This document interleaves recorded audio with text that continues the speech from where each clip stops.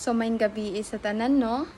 And naaraday ko'y gamay nga i-share sa inyo unta nga maminaw mo o naamay mahibal-an ani.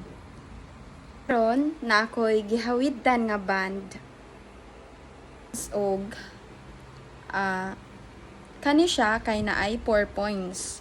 Na siya'y upat ka symbols og ang kada symbol kay naay meaning. So unsa kaha to ang upat? Ang una kay heart. Heart. So gihugugma ta sa Ginoo sa kung unsa ta. Pero kadalasan sa mga tawo kay dili naman nila ma-feel ang gugma sa Ginoo. Ngano kaha? Unsa kaha ang rason nga dili nila ma-feel ang paghigugma sa Ginoo sa ilaa, sa matag adlaw, sa matag gabi nga nabuhi sila, di ba? Kung huna-hunaon nato. Ang ikaduha nga simbol kay division. Agi sa atong mga sala, nahimulag ta sa Ginoo. Ug agi sa atong sala, nalayo ta sa iyaha, ug uban sa atua hantod mamatay, hantod madugay pa. Dili pa jud ma-feel ang love sa Ginoo. So sad, pero in reality, naadyoy ingon anak nga mga tawo. Pero unsaon kaha nato ma-overcome ang ingon ani nga mindset? 'Di ba? So, ang ikatulo nato nga symbol kay cross. Gumikan sa paghigugma sa Ginoo sa atua, gipadala niya ang iyang bugtong anak nga si Jesus. So, napaka-bless huna-hunaon, di ba?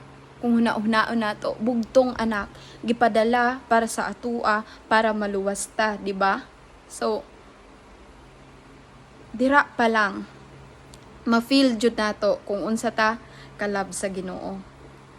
Yun, di ba? Namatay si Jesus sa cross para mabayaran ang atong mga sala.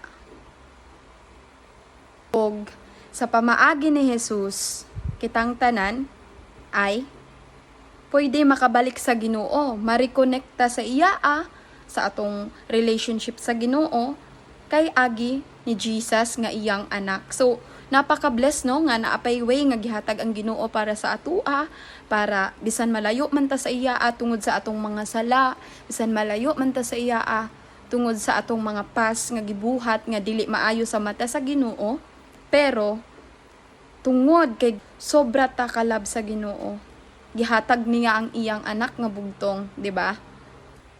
Ang ikaupat nga simbol kay question mark. So, ang pangutana, gusto pa ba ta nga makakonect sa Ginoo sa pamaagi ni Jesus? Kung oo, mag-ampo ta o mao ni ang prayer nga atong iampo nga gidawat na nato si Jesus sa atong kinabuhi.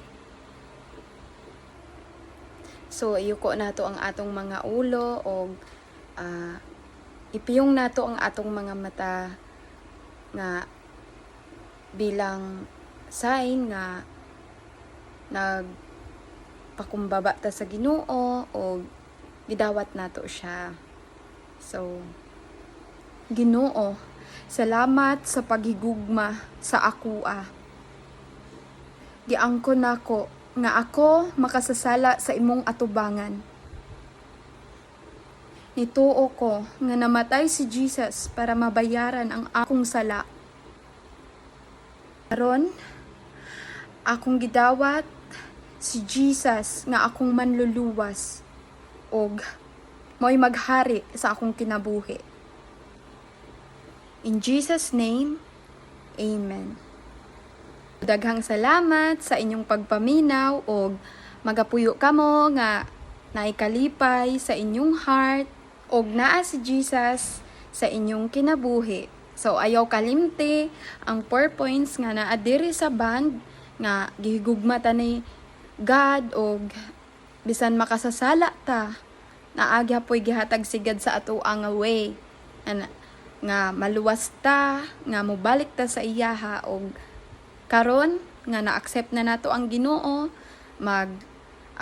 padayon ta sa pagsimba sa iya, sa pagtawag sa iya ug sa pagpuyo nga naa siya sa ato ang kinabuhi, sa atong mga actions, sa atong mga buhaton adlaw-adlaw.